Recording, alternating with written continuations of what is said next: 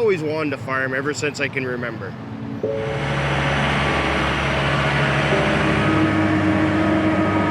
Newton is a very determined, hard-headed man. Doesn't give up, never takes the word no.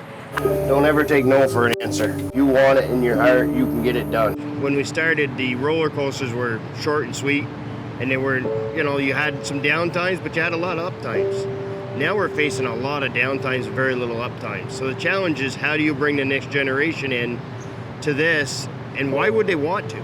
If we go back to that Thanksgiving table and we talk about how many farming families are sitting around that Thanksgiving table every year, it's less and less. My sisters and I would definitely make this work. We all have the willingness, and I think that's what you need in farming, is the willingness and the drive.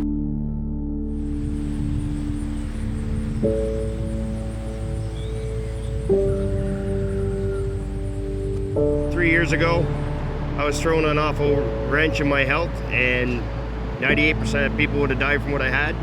And apparently he wasn't ready to take me yet because I'm still here. I'm not supposed to lift over 40 pounds, never raise my blood pressure, and no tugging and pulling. So really what I'm doing, I shouldn't be doing. I am nervous. I know we have a future that wants it, and I'm willing to work it.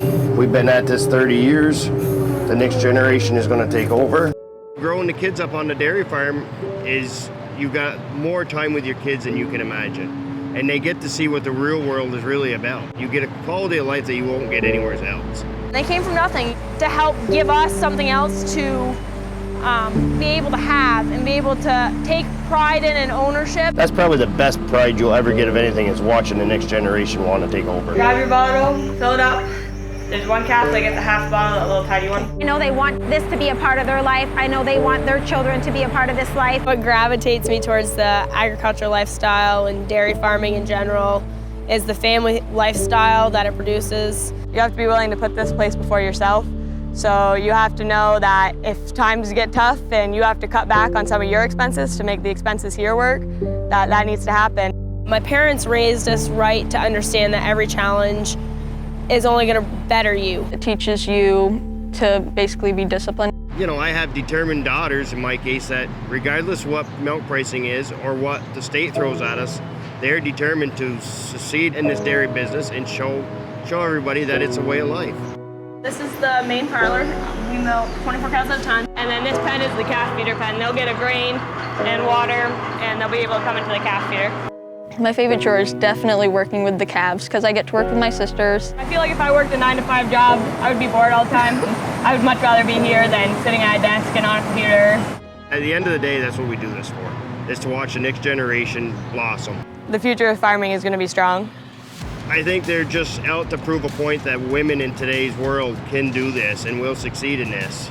Newton will drop off one of his daughters to pick up maybe a tractor that we've been working on. They hop right in it. You can just tell that it's not their first rodeo driving a piece of equipment. And as we've moved forward in our business, we've looked at where can we get the most bang for our buck on the technology side. A John Deere 6155, we have a John Deere 6150, we have a new John Deere with GPS in it. And I got a neighbor that could run it, that can't even run a smartphone, and he could run the GPS. From the planting to the mowing. I do everything with auto steer today, and I never thought I would. Dad can't plant corn straight to save his life, so corn was a lot straighter this year. Eric does what he thinks is right for my business. 4 months ago, we were looking at a new mixer wagon, and Eric went through every reason why we should probably keep the old one. And he kept hounding me to try this, try that, put some new parts in it. And I said, Eric, I said, why? He says, why spend the money if you don't need to? I knew that honesty was going to be my saving grace. When our parents are gone or whatever else, and we're left in charge, he calls me every morning. Every morning my parents are gone. Hey Serena, anything you need, anybody not show up, I can help you out. Then, he goes above and beyond. Eric has been almost a staple of our family, that's for sure. I called him up and I said, hey, this door on the skid steer's not working right. I think the bolt's all stripped out. Can you get me another one? He came within that night. He had somebody right here ready to fix the door. He has a farm lifestyle at the end of the day. He's very willing to work with anybody to do anything. The service down there has been phenomenal. I cannot complain. Anytime I got a problem, I call them, they're here. I don't care if it's on a Sunday or a Monday.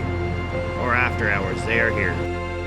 Being a dairy farmer, I definitely can feel and understand what they're coming from when they have a machine that is down in the field. If you don't answer the phone when it's 8, 9 o'clock on a Sunday night, you can create a lot of disconnect pretty quick. We expect salesmen to bullshit us and tell us what they want us to hear, and they try to sell us what they want to get rid of on their lot. That is old inventory. I always wondered if he was telling me a story or being honest. The last 3 or 4 years, we've bought a lot more green. I haven't caught him in a lie yet, and I've tried. He's not the only customer. You cannot continue to take care of your land, continue to take care of your community if you don't have good support. That's what we're here to provide. Experience United, your local John Deere dealer.